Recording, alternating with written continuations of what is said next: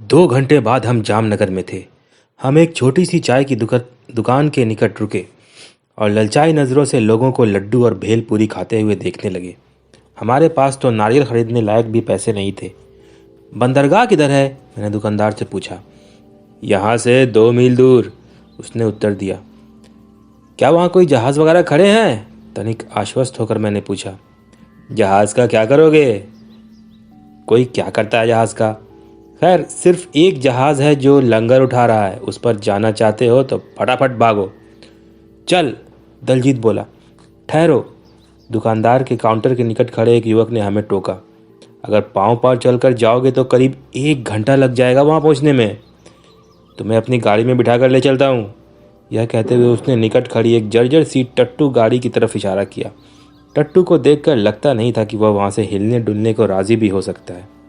मेरा टट्टू खूब तेज़ भागता है। हमें टट्टू की तरफ ताकते हुए देख युवक बोला। इसकी शक्ल सूरत पे मत जाओ। थका मांदा ज़रूर लगता है मगर चैंपियन की तरह दौड़ता है। सिर्फ 1 रुपये भाड़ा लूँगा। हमारे पास एक दमड़ी भी नहीं है। मैंने कहा, हम पैदल जाएंगे। ठीक है, अठन्नी दे देना। वह बोला, अठन्नी और चाय का 1 गिलास। आओ बैठो।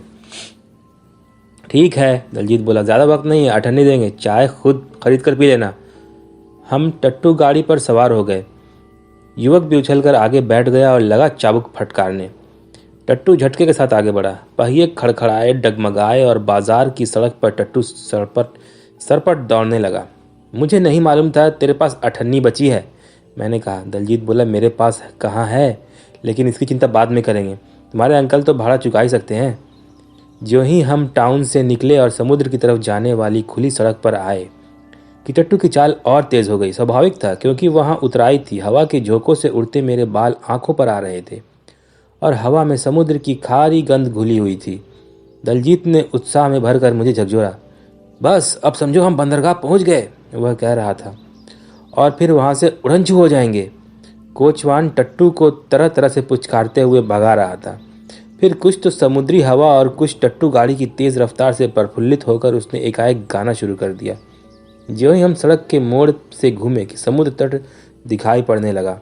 कई छोटे छोटे ढो तट के निकट खड़े थे और मछुआरों की डोंगियां रेत पर लगी थी। मछुआरे अपने जाल सुखा रहे थे और उनके नंग धड़ंग बच्चे समुद्री लहरों में हुड़दंग मचाते फिर रहे थे। कुछ ही फासले पर समुद्र में एक स्टीमर खड़ा था। हालांकि इतनी दूरी से मैं उसका नाम नहीं पढ़ सका, फिर भी मुझे भरोसा था कि वह लूसी ही था। टट्टू गाड़ी घाट के शुरू में ही रुक गई और हम एकदम कूदे और घाट के साथ साथ दौड़ते चले गए। मगर दौड़ते दौड़ते भी यह समझते मुझे देर नहीं लगी कि जहाज़ हमसे परे समुद्र में आगे की ओर बढ़ता चला जा रहा है। उसके प्रोपेलर से उठने वाली छोटी छोटी लहरें पीछे घाट की तरफ जा रही थीं। कैप्टन, मैंने चिल्लाकर पुकारा। अंकल जिम, रुक जाओ, हम आ गए।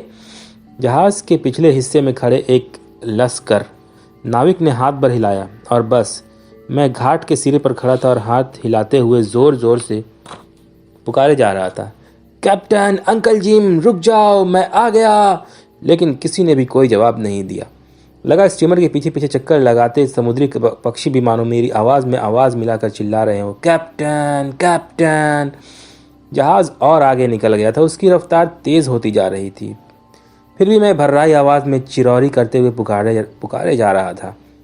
Yokohama, San Diego, Valparaiso, London, सब एक एक करके सदा के लिए ओझल होते जा रहे थे।